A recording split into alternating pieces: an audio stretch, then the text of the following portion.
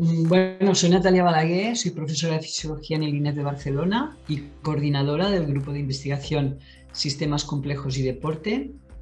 Y bueno, encantada de poder compartir con vosotros vuestra experiencia, vuestros intereses alrededor de cómo llevar a la práctica ese tipo de pensamiento complejo, ¿sí? Que ahora, pues bueno, pues de alguna manera se ha entendido que podría aportar elementos interesantes para los profesionales en general del deporte y concretamente del fútbol. Y bien, viene de la mano del fútbol especialmente, o sea que realmente en ese sentido intuitivamente estáis viendo los del fútbol muy bien que entender desde esta perspectiva el deporte os va a ofrecer unas ventajas, ¿sí?, competitivas. Y bien, pues eso, esa dicotomía, ¿no?, de teoría práctica que es tan común y que esa insistencia, sí, pero esto es muy teórico, sí, pensamiento complejo, tal vez esto es para la teoría, es filosofía, pero dime, a ver, ¿yo qué hago? Aquí, ¿yo qué hago? ¿No? Esta es quizá la pregunta que suele venir y que ahora vamos a intentar con unas cuantas diapositivas a explicar por qué es esa pregunta y qué sentido tiene y hasta qué punto, ¿no?, puede tener sentido. Lo primero es eso, ¿no? Es decir, es ser conscientes de dónde vienen nuestras creencias, nuestros conocimientos como entrenadores. Entrenadoras y entrenadoras. He visto que había también como una mujer, por lo tanto, me parece que aquí ya estamos realmente compartiendo esas inquietudes. Entonces, básicamente, esa formación es informal, ¿sí? Es decir, los conocimientos de otros entrenadores, de otros colegas, es lo que prevalece en esa formación. Y eso está revisado en algunos trabajos que me parecen interesantes para poner de relevancia eso, ¿no? ¿De dónde provienen esos conocimientos que tenéis? Entonces, de entrada, tomar conciencia de que estáis en ese punto y de que eso lleva a un tipo de conocimiento experiencial que se transmite de generación en generación, ¿sí? Y establece que la tradición es lo que domina, en ese caso, el deporte. Y también, aparte de la tradición, hay lo que llamamos pseudociencia, porque hay algunas creencias, entre comillas, científicas, que parten de un tipo de ciencia muy reduccionista. No sé si os habéis leído la tesis de Rafael Paul, pero él pone de relieve, porque uno de los artículos que forma parte de la tesis plantea ciencia o pseudociencia de la actividad física y del deporte, ¿no? Es decir, que diferenciemos entre qué es ciencia y qué es pseudociencia, que a menudo es lo que es más popular, más rápido, se coge esto, mira, este dice esto, el otro dice lo otro, pero no hay un conocimiento profundo, hay muy poco profesional que domine aspectos relacionados con qué limitaciones tiene esta ciencia y por qué no esto y por qué sí lo otro. Es decir, el interés del profesional se centra en qué hacer, qué hago. Dime qué hago. Y quizás hoy esperáis que os diga eso. ¿Qué hacemos?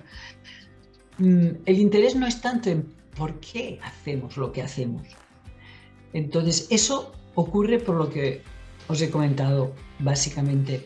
Esa formación está basada en lo que han hecho otros que han tenido éxito. Cuidado, y eso no parece tonto. Y si me tuviese que fijar en alguien, me fijaría en uno que tiene éxito. De todos modos, sí que aceptaría que no por haber tenido éxito en un contexto determinado, haciendo aquello, eso quiere decir que haciendo eso mismo en otro contexto va a tener éxito. Y eso me parece que aquí estaréis de acuerdo con que eso no funciona de esa manera causa-efecto. Por lo tanto, es mucho más interesante saber por qué. Plantearse, entender por qué hago lo que hago y por qué puedo dejar de hacerlo sin ningún problema y sin ningún miedo, ¿sí? Es decir, que esa tradición es lo que parece que nos mantenga ahí seguros, y la seguridad realmente es falta de evolución, falta, pues bueno, un poquito esta seguridad va en contra de las características que me parece que un buen profesional debe tener, que es que debe estar evolucionando constantemente, es decir, sin ningún límite.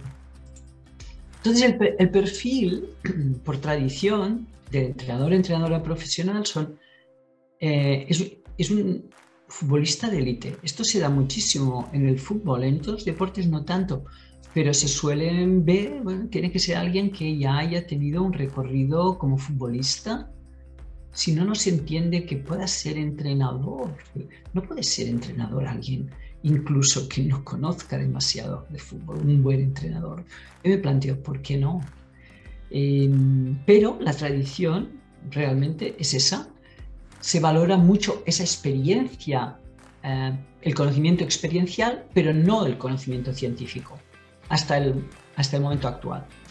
Entonces, estos son seguidores de alguien, maestros. ¿Esos maestros quiénes son? Alguien que ha tenido éxito. Y entonces lo que hacemos es copiar a alguien que ha tenido éxito sin entender por qué ha tenido el éxito que ha tenido. Sí. También alguien que se le supone conocedor, como mucho, de diferentes metodologías, ¿no? Y que va a visitar entrenadores distintos para saber qué hacen. Yo a veces les digo, cuando voy a las clases del máster del Fútbol Club Barcelona, digo, si en la sala de al lado tenéis a un entrenador que os está explicando lo que hace en su equipo, ¿cuánta gente se quedaría en esta sala en la que estáis? La mayoría cambiaría de sala. Un entrenador de éxito que cuenta lo que hace. Ahí me voy allí. ¿Por qué? Porque yo pongo valor en ese conocimiento al que considero maestro, pues porque ha tenido éxito. No me planteo por qué ha tenido el éxito que ha tenido. No acabo de entender, pero me da igual. Ha tenido éxito, eso quiere decir causa-efecto, que yo voy a tener éxito haciendo lo mismo. Sabéis que no es así, pero la tendencia a pensar de esa manera, ahí está.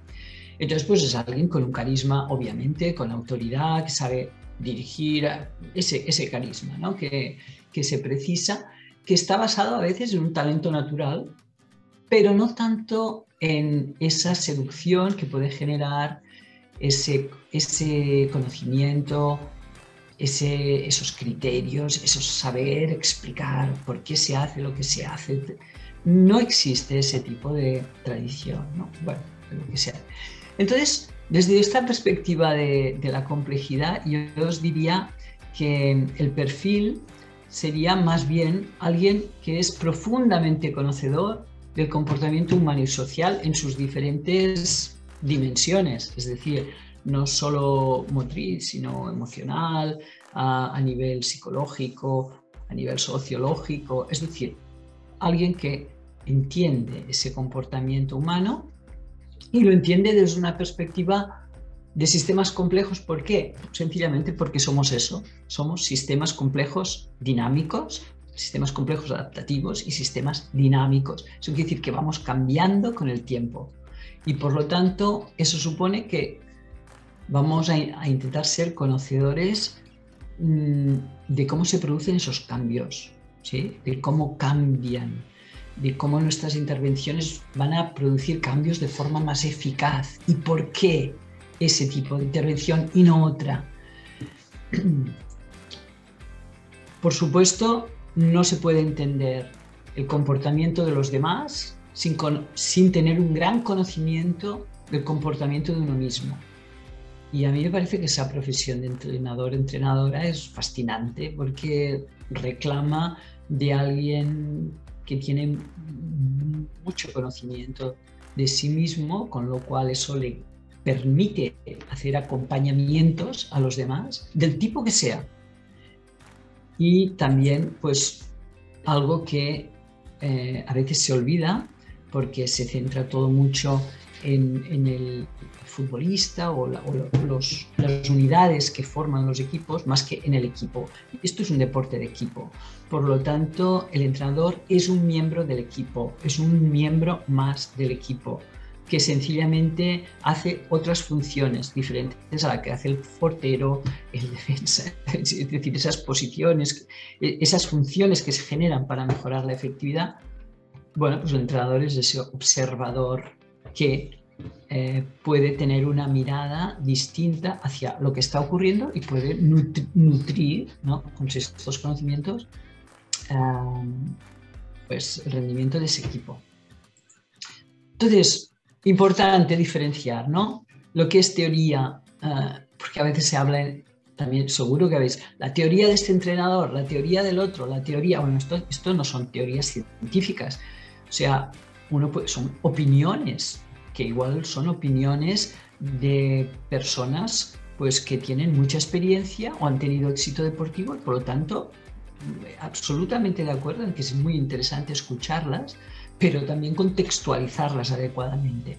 Por lo tanto, esa teoría del entrenador, o teoría de este autor, o de otro autor, el otro autor, que vuelve a hacer otro libro y ya dice esto y dice lo otro, no son teorías contrastadas y verificadas empíricamente, no lo son. Y una teoría científica es eso, es un conocimiento que aparte de ser experiencial, porque lleva una parte empírica, es contrastado, ¿sí?, con datos y por lo tanto eso ya es más bien un principio, una ley, ¿no?, que rige hasta que hay otra teoría que mejora esta, explica mejor la realidad y es sustituida una por la otra. Y así es como la ciencia va evolucionando. La práctica es conocimiento subjetivo que por lo tanto impide generalizar, formular teorías, ¿sí?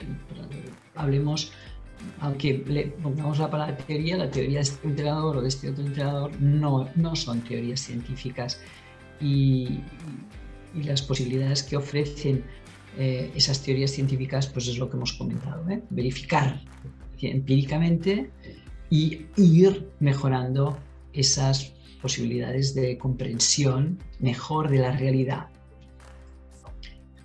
En ese sentido, esa frase a mí me parece muy adecuada, es decir, no hay nada más práctico que una buena teoría. Es decir, si tenéis una buena comprensión del problema, no necesitáis nada más. Sí, con eso ya vale. Me parece que lo demás, pues bueno, que escuchéis este hace esto, esto hace lo otro, esto tal, fantástico, pero detrás de ello, de todo esto, tiene que haber un buen entendimiento. Entonces, claro, la tendencia no es ir a ser estudiosos por tradición, es decir, nadie ve a un entrenador de fútbol como estudioso. Si alguien de la calle quisiese identificar un entrenador de fútbol, pues es eso, alguien con un pito, con una que da órdenes, ¿sí? ¿Te imaginas eso? ¿Por qué? ¿Sí? Ves a alguien que prescribe lo que los demás tienen que hacer, ¿no? Esto es un entrenador en base a esas recetas universales que aparentemente funcionarán en cualquier contexto.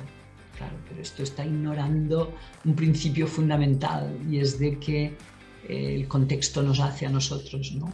¿Verdad que vosotros no sois iguales en casa que en el club, que con los amigos, que con vuestros hijos? Es decir, os comportáis distinto en diferentes contextos, pues evidentemente una prescripción rígida no se adapta a contextos diferentes, que son con los que tenéis que batallar a diario, contextos que van a ser distintos. Entonces es mucho mejor hablar de criterios, ¿no?, de entrenamiento, en vez de recetas de entrenamiento o metodologías de entrenamiento concretas, hablar de criterios, porque un criterio considera las razones que hay detrás de aquello, flexibiliza en función del contexto concreto en el que hay posibilidad de contextualización, ¿sí? Por lo tanto, es algo más interesante desde esta perspectiva muy ecológica, es el Performer Environment System, ¿no? Ya no hablamos del futbolista, ¿no? Sino del acoplamiento futbolista-entorno. Y esto lo tenéis claro. Messi es un caso clarísimo, ¿no?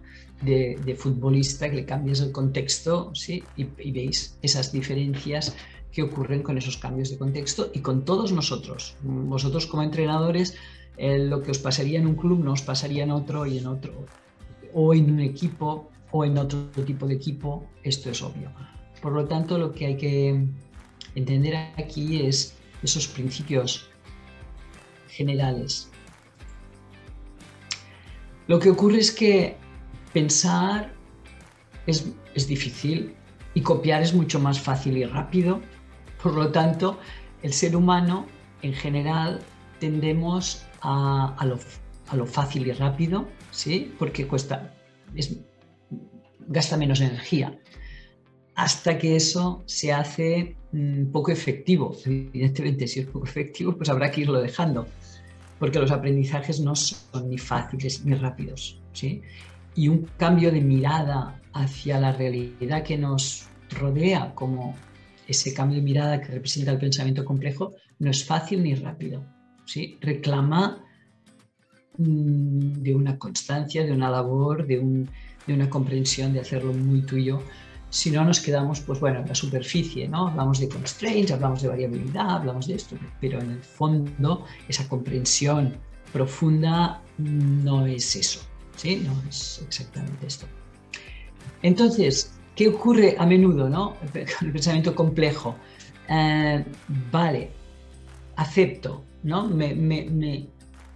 Toda esta teoría me resulta intuitivamente adecuada, me seduce, etcétera, pero a la hora de la práctica me voy a lo que siempre he hecho. Es decir, voy al campo y sigo haciendo todo lo mismo. Es decir, cuando hablo, pensar sí, pero luego en la práctica sigo haciendo lo mismo. Entonces eso es lo que está en estos momentos ocurriendo, la sensación. Y bueno, se explica porque no es fácil. Es decir, venimos de un reduccionismo y aquí, bueno, están representados unos atractores, ¿no? Un paisaje de atractores, así con un atractor más profundo que otro. Ese atractor profundo que se ha generado a partir, pues desde nuestra educación que nos acompaña, el conocimiento fragmentado, que reduce a nivel molecular o a nivel celular o a nivel del futbolista lo que ocurre a nivel global. Claro, ese tipo de pensamiento está tan arraigado que es muy difícil salirse de él. Por lo tanto, es muy comprensible que ocurra lo que hemos visto en la diapositiva anterior. Entonces eso, aquí estaríamos, ¿no?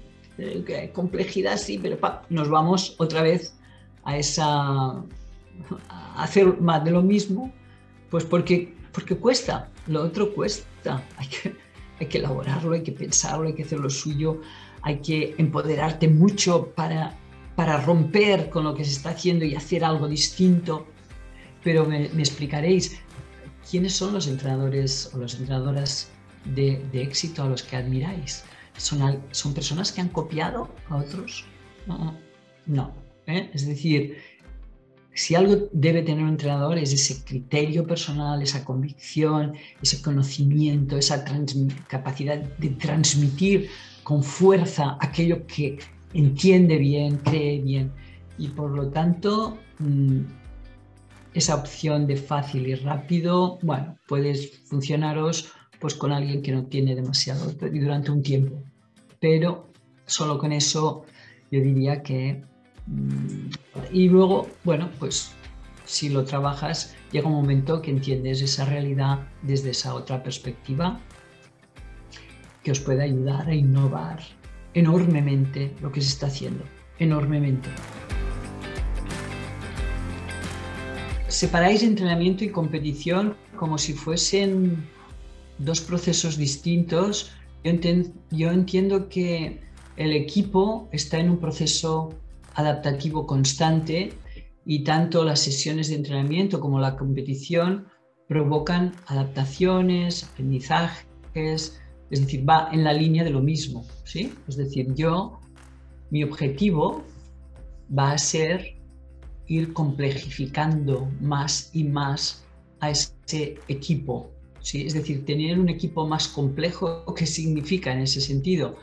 Tener un equipo con mucha más potencial de diversidad, con muchas más sinergias. Es decir, si yo compito contigo, yo tengo un potencial de diversidad a nivel de esas sinergias colectivas que he generado mayor que el tuyo, tengo más probabilidades de ganar. Entonces, ese va a ser mi objetivo. Pero es que además no voy a competir contigo, yo voy a competir conmigo mismo, con mi equipo, mi propio equipo, para ir desarrollando ese potencial de diversidad. Entonces, sencillamente es eso, no hay más. Ese es el objetivo del entrenamiento de la competición. Que a mí aquí prioricéis que si las intensidades, que si fragmentar. Esto parte de unas creencias, de unos modelos de entrenamiento que han tenido vigencia durante mucho tiempo, pero que a mí me parece que es el momento de entender eso de una forma mucho más holística, más basada en evolución biológica, más basada en principios de sistemas complejos y no tanto en modelos de autores que han tenido un éxito, que dan unos resultados, esto es innegable, pero que no tienen esas bases. Entonces, para mí, ese es el objetivo. Quiero decir, para mi grupo, lo tenéis esto en el artículo que está en Frontiers in Psychology sobre la inteligencia cooperativa competitiva, ¿sí? Y esto está detrás de todo, es eso. Es decir, si yo soy más diverso que tú, tengo más probabilidades de ganarte. ¿Que voy a ganar? No voy a ganar. Vamos a ver. Pero yo, eso es lo que voy a buscar. Entonces tú te enfrentas a un colectivo nuevo, no sé si ha tenido experiencias anteriores comunes o no, pero de forma natural, si ese colectivo tiene un objetivo, un reto común, si yo le ofrezco un reto común que tiene valor para todos o todas, vais a ver cómo de forma natural se generan unas sinergias, en ese caso entre jugadores y jugadoras, para conseguir ese objetivo. Eso los sistemas complejos lo hacen de forma espontánea. Lo único que yo tengo que hacer es plantear ese reto significativo al que le pongan valor todos los miembros del equipo. Y ahí van a empezar a pasar cosas, pero de forma absolutamente natural, sin que vosotros las planifiquéis y vosotros tenéis que tomar nota. Es decir, fíjate, eso es lo que se está produciendo, eso es cómo va evolucionando. Y vosotros vais a seguir poniendo retos significativos para que aquel colectivo siga evolucionando en este sentido. Esa es el principio general. La causalidad circular la aplicamos a diferentes niveles, es decir, hablamos de que hay sistemas complejos. Una persona es un sistema complejo, una célula es un sistema complejo y un equipo es un sistema complejo, ¿vale? Entonces os voy a poner un ejemplo entre el nivel persona y el nivel equipo, ¿sí? Entonces, la interacción de los jugadoras forma el comportamiento del equipo y el comportamiento del equipo constriñe el comportamiento de cada jugador y jugadora. Eso es causalidad circular, es decir, va de abajo arriba y de arriba abajo. Es decir, de la interacción de las jugadores y jugadoras emergen las propiedades de un equipo, que son propiedades nuevas, que no tiene ninguno de los elementos individuales, es decir, una propiedad, este equipo es rápido, este equipo es muy combativo, este equipo es muy resistente, este equipo es, no sé, esas propiedades van a emerger de la interacción de esos agentes individuales y a su vez esa propiedad del colectivo va a estar afectando a cada uno de los componentes. Por lo tanto, ese comportamiento colectivo va a determinar el comportamiento individual, ¿sí? Es decir, yo solo me tengo que ocupar del equipo y ocupándome de que ese equipo se complejifique, aumente su potencial de diversidad y tal, estoy actuando sobre cada jugador, jugadora y sobre todos sus sistemas fisiológicos y sus células y sus genes y todo lo que queráis, ¿sí? Es decir, va de abajo a arriba y de arriba a abajo. Causalidad circular, en ese sentido, lo entenderíamos de esta manera. Es decir, es posible que en otro contexto, lo habéis visto, dar más. ¿Está alineado los valores y los objetivos de ese jugador con los valores y objetivos del colectivo o no?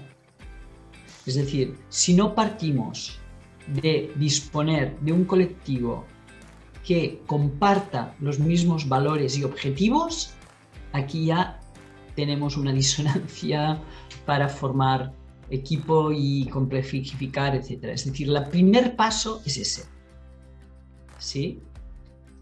Todos los sistemas complejos lo que tienen es un objetivo, intentan satisfacer un objetivo y cooperan para satisfacer ese objetivo.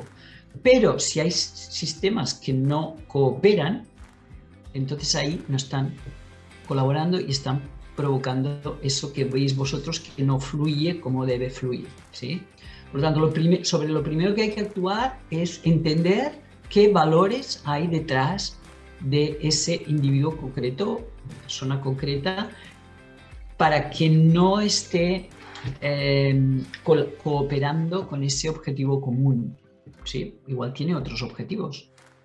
Y hasta que no solucionemos eso, el comportamiento no va a ser satisfactorio. Por supuesto, sí.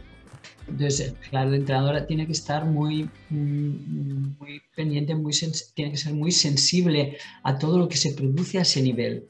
Ese nivel emocional, ese nivel es tan fundamental para la cohesión de equipo que si no hay eso, no hay equipo. Sí, es decir, el equipo se forma cuando se comparten valores, objetivos y se generan vínculos afectivos. Si dentro del equipo hay un núcleo importante que comparte eso, eso va a contaminar de forma natural, sobre todo a edades tempranas, muy fácilmente al resto. Pero si no se dispone de ese núcleo, pues bueno, ahí cada uno tiene sus intereses particulares, sus objetivos particulares, se forman pequeños grupitos, pero aquello no tiene la fuerza, no, de ahí no emergen propiedades excepcionales y por lo tanto esta es la labor, ¿no? de ese entrenador o entrenadora con un buen conocimiento de sí mismo que sabe percibir esos cambios de comportamiento, esas dificultades para intentar buscar soluciones y esas soluciones a nivel emocional, a nivel de los valores, es que están ahí, son lo más importante. Es esa formación en esos principios de sistemas complejos adaptativos que se entiendan bien, que se sepan transferir luego bien a esa práctica. Eso reclama de eso, de formación. Y esa es una formación científica, no es una formación de la teoría de una persona, de la otra. Estamos hablando de una teoría científica de los sistemas complejos, pues que se aplica a cualquier disciplina científica. Por lo tanto, sí que estamos hablando de una teoría muy, muy transversal y en estos momentos muy potente para explicar, pues desde una pandemia hasta qué pasa en un campo de fútbol, igual, o qué pasa a una colonia de virus. Es decir, eh, es muy, muy general y en ese sentido, pues muy válida para entender mejor el mundo en el que nos movemos, muy necesaria, me parece. Sí, absolutamente de acuerdo. Es decir, hay que introducir ese tipo de formación en los currículums de los graduados o de los universitarios. Incluso ahora, esta mañana vengo de un proyecto que estamos aplicando con secundaria, porque es importante que en secundaria ya no se entienda cómo funciona el organismo, pues el corazón por aquí, los músculos por aquí, el sistema nervioso por allí, el cerebro por allí, venga, todo muy descrito, pero no hay una comprensión de cómo funciona aquello de forma coordinada, ¿no? Por ejemplo, y claro, entonces es difícil cuando van a la universidad y se encuentran con toda una serie de disciplinas donde todo el conocimiento está totalmente fragmentado, encontrar principios comunes de todas esas disciplinas, por ejemplo, y eso es fundamental. Y eso no existe, eso aún no se, bueno, lo estamos, sí, realmente creemos que es por ahí por donde hay que ir para dar esa mejor comprensión a los alumnos y a los profesionales del deporte de aquello que manejan. Absolutamente, sí. Integrar más que fragmentar información, ver formas de integrarla. Y entonces esos principios y esos conceptos de sistemas dinámicos complejos son excelentes para eso y se aplican desde a la genética, a la biología molecular, a la fisiología, a la psicología, a la ecología, a la psicología, da igual, a cualquier disciplina. Y por lo tanto me parece que es indispensable que puedan formar parte de esos currículums, pero desde primaria. Ahí tenemos un proyecto que también igual dentro de poco ya estará publicados esos resultados de iniciativas que hemos tomado en primaria, en secundaria, en la universidad para la introducción de ese tipo de esta formación. Entonces puede ser mucho más fácil, ¿sí? De la misma manera que en estos momentos, curiosamente, resulta más fácil hablar de deporte con un físico que con un entrenador, o de estas ideas desde esta visión. Lo cazan enseguida, ¿no? Pues porque tienen alguna base de teoría de sistemas dinámicos. En cambio, si pues, no has oído nunca hablar de eso, cuesta mucho, cuesta muchísimo más.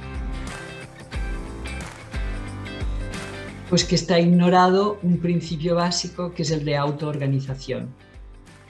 Tú no necesitas decirle a un sistema complejo lo que tiene que hacer, necesitas solo tener un objetivo y ponerle un contexto y ahí se va a dar. Eso está ignorado en entrenamiento. Se considera, como muy bien has dicho, que hay alguien que sabe, los otros que no saben y que prescribe las soluciones. Como si hubiese solo una solución para resolver cualquier problema, una solución única. Eso es ignorar principios de esos sistemas complejos en la práctica. El otro día estaba en una tesis y estaban diciendo, ¿y qué diferencia hay entre adaptación y autoorganización? ¿Sí? Bueno, la diferencia es que cuando yo digo autoorganización, estoy diciendo cómo se da esta adaptación. Es decir, no necesita de órdenes internas ni externas para producirse.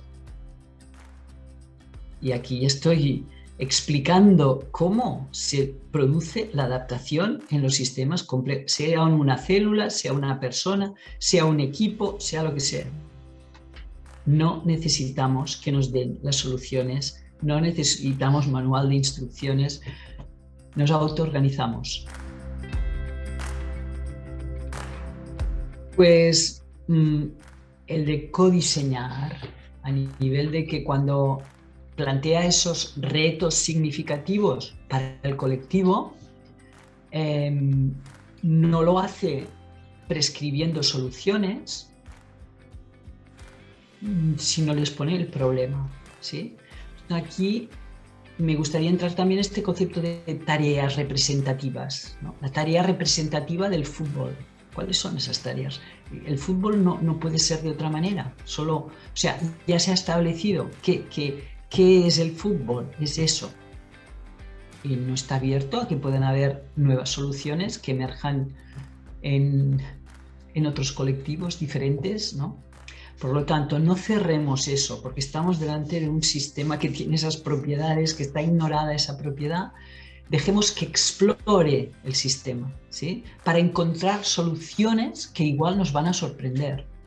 Y aquí esa actitud es la del profesional, de dejarse sorprender y aprender del proceso vivo del entrenamiento.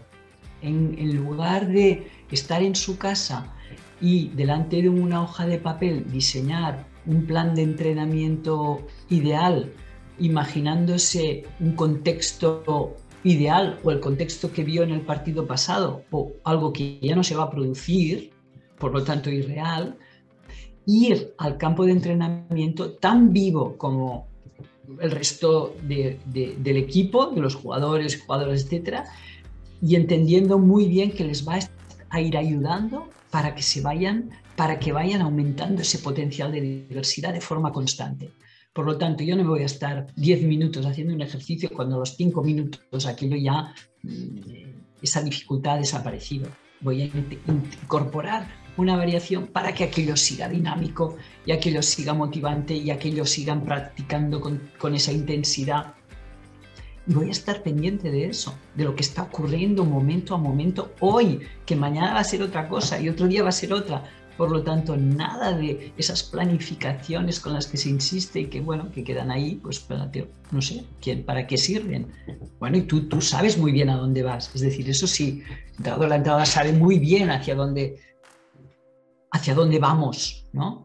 Y por lo tanto ofrece posibilidades al grupo para ir aumentando ese potencial de diversidad, y cuando eso va aumentando ellos se sienten que van mejorando individualmente, mejorando colectivamente, la motivación está necesariamente presente y eso no se hace de una única forma.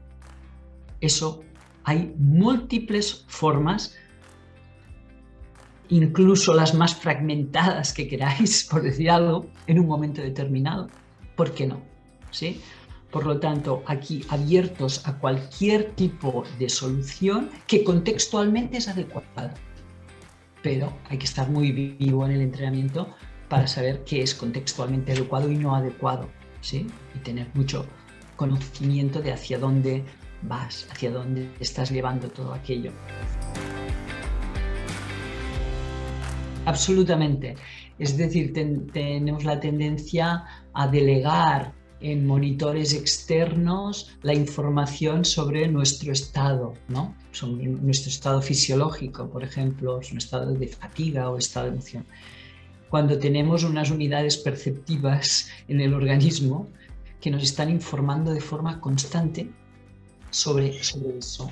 Entonces, claro, desarrollar eso es enormemente importante para evitar pues, estados de sobreentrenamiento, evitar lesiones, mejorar el rendimiento y tiene que estar absolutamente alineado con cada jugadora, que lo que quiere es rendir al máximo con el mejor estado de salud. Eso debe estar tan claro para cada uno de los individuos, que yo diría que no debe de ocupar tiempo a otros profesionales. Eso es una responsabilidad de cada uno. Hay que traspasar esa responsabilidad al individuo, ¿sí? Es decir, que el profesional le tiene que ayudar con su pedagogía a que ese conocimiento que vaya adquiriendo le pueda ser el mejor socio, digamos, ¿no? Y por lo tanto me va a informar a mí y yo voy a aprender de cómo mejorarle aquello constantemente. Es decir, es un aprendizaje constante en las dos vías. Cuando más aprendan y cuanto más conscientes y más autorresponsables sean los jugadores, más aprendo yo también, ¿sí? Es decir, que es un coaprendizaje. Entramos en un proceso de coaprendizaje que no tiene límites. Claro, esa percepción subjetiva y ese autoconocimiento hay que desarrollarlo para que sea el mejor aliado de esa información que tenemos sobre el estado Dicen, ¿y si algo no me engaña? Bueno, es que si te engaña es que esta persona no puede estar en el equipo, ¿me entiendes? Aquí hay algo de base que no funciona, hay que resolver eso de base. Pero cuando nuestro objetivo es el mismo, ese jugador es capaz, tiene que ser capaz o llegar a ser capaz de decirme, siéntame porque percibo en mi músculo, en esta lesión que tuve aquí y me puedo lesionar si hago una acción demasiado intensa. Ese punto al que llegan muchos jugadores y jugadoras, desafortunadamente, después de haber estado lesionados repetidamente, esa atención plena hacia el estado físico que tienen para no llegar a lesionar y para poder mantenerse a un nivel de entrenamiento alto sin llegar a estados de sobreentrenamiento y tal, eso lo tenemos que educar, eso hay que educarlo y eso hay que tener las ideas para educarlo y hacer programas para que eso se desarrolle, porque es la herramienta más eficaz que tenemos y que, bueno, que nos ha permitido como seres humanos, gracias a que tenemos esa percepción, sobrevivir mejor. Es decir, si esa propiedad está, es porque nos ayuda en la supervivencia. Vamos a explotarla, no vamos a ignorarla a favor de una monitorización que unas empresas con ánimo de lucro nos están vendiendo. Bien, interesante la pregunta. De entrada, yo diría que no hay diferencias entre formación y alto rendimiento. Es decir, todos buscamos lo mismo, ser más competitivos, ser mejor, hacernos más, tener más prestaciones, ser más competitivos. Esto lo buscamos, es más diversos, ¿sí? Más diverso quiere decir, si soy más fuerte, soy más diverso. Si soy más rápido, soy más diverso. Si soy más inteligente, a nivel cognitivo, soy más diverso. Si soy más lo que sea, yo aumento mi diversidad. Hay múltiples formas de aumentar esa diversidad y cada uno tendrá la suya o las tendencias a desarrollarla, ¿no? Tanto individual como colectivamente. Por lo tanto, aquí yo no veo ninguna diferencia. ¿Sí? Es decir, si yo soy más diverso que mi rival, voy a tener más opciones de ganar. Y si yo me hago cada vez más diverso, cada vez estoy más motivado para seguir aprendiendo, educándome, formándome en aquel deporte, etc. Por lo tanto, aquí no veo la diferencia. Ahora, tú me estás comentando, ya, pero el domingo tenemos que jugar contra ese equipo y en ese equipo se va a dar ese tipo de actuaciones en defensa, en ataque, etcétera, etcétera, o en el medio del campo, o aquí, allá. Y a mí me preocupa que aquí pues esa diversidad aún nuestra no es muy alta.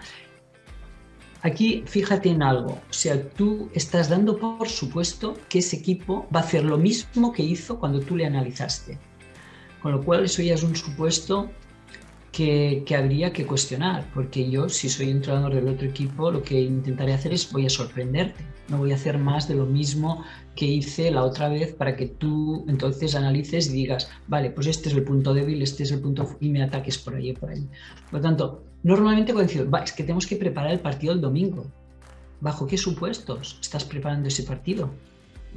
De lo que hicieron antes.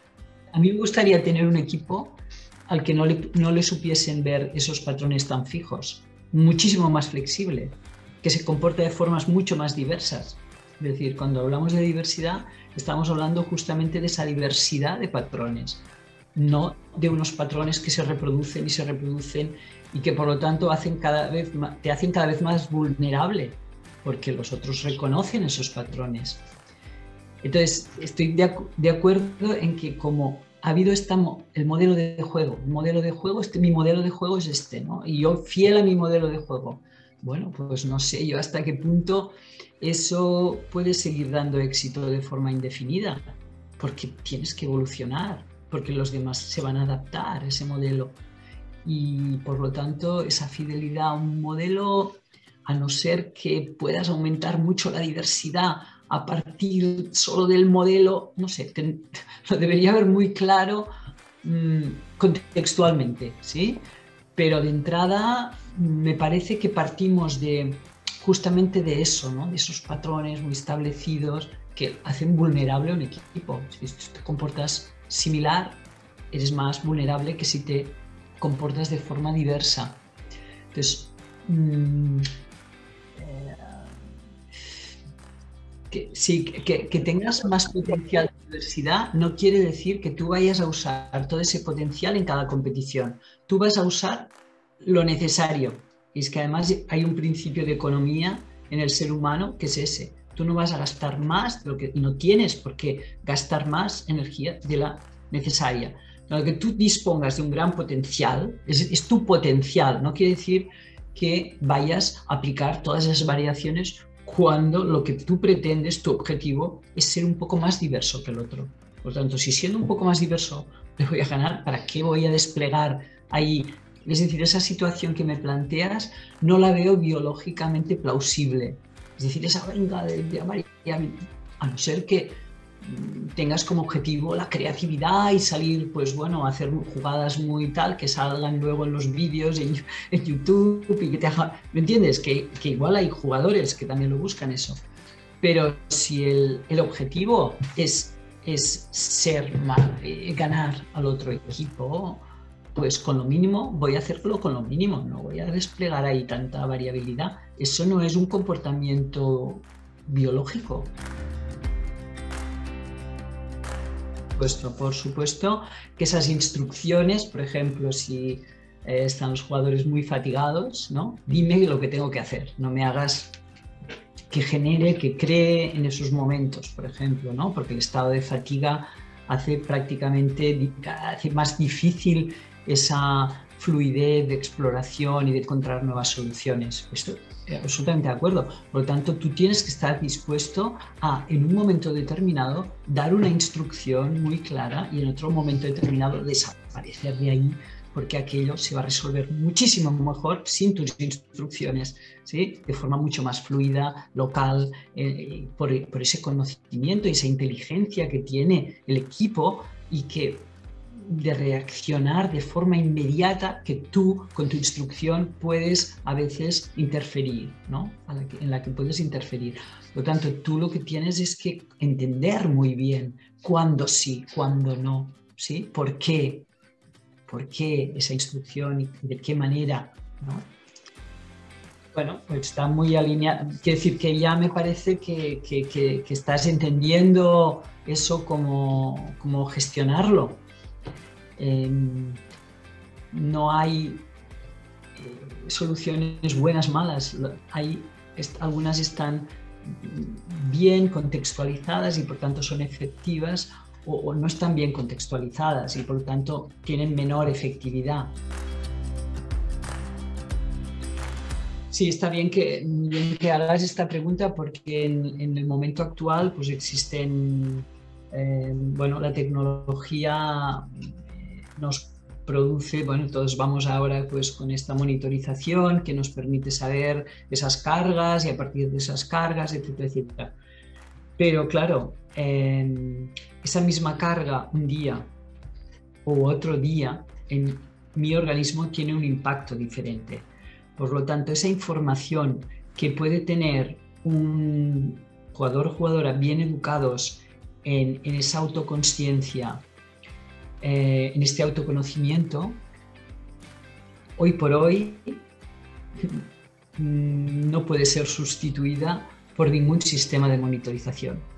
Por lo tanto, la propuesta es muy clara y además hay bueno, este artículo pues va a salir publicado en breve, muy breve, desde lo vamos a colgar en las redes, seguro que lo colgarán los del grupo, un doctorando que tiene su tesis sobre monitorización deportiva desde la perspectiva de los sistemas complejos, donde explicamos por qué esa percepción subjetiva supera las posibilidades de cualquier tipo de monitorización objetiva en estos momentos.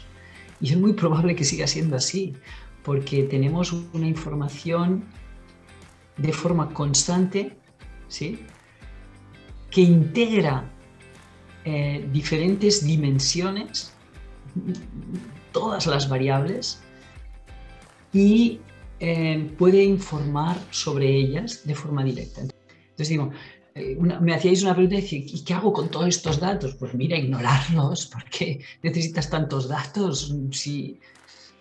¿Cómo los integras? Toda esta información. ¿Por qué dar tanto valor a un tipo de información que no sabemos ni cómo manejarla? No tiene sentido. Entonces, hay que tener una mejor... El entrenador tiene que estar muy bien formado para que no le vendan motos, ¿sí? Entonces, entender bien cuándo sí y cuándo hace falta esa monitorización, y aquí me hace falta porque esa información no acaba de... Y cuando no, necesito eso y prescindir totalmente, sin ningún miedo. Pero eso reclama de una buena formación y tener claro ese proceso educativo que de lógica se debe producir en los jugadores profesionales. Imaginaros cuántas horas están con su propio cuerpo experimentando, teniendo sensaciones, etc. Pues solo que les vayáis preguntando, que vayáis poniendo valor a eso, a esa impresión subjetiva, le pongáis el valor, porque claro, si no le dais valor y dices, no, lo que importa es lo que me diga pues el GPS y todo esto.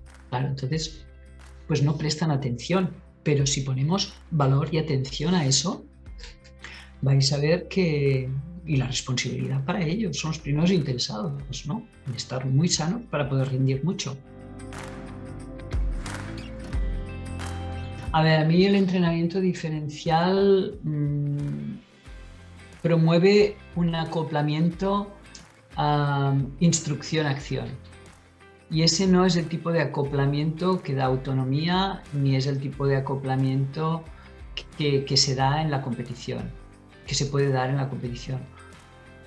Por lo tanto, voy más en la línea de que, bueno, de la dinámica ecológica en ese sentido, ¿no? Es decir, que esas variaciones vengan producidas por el contexto, no por mi instrucción. Ahora el ejercicio así, ahora hazlo así, ahora hazlo así, ahora de esta variación, ahora esta otra variación.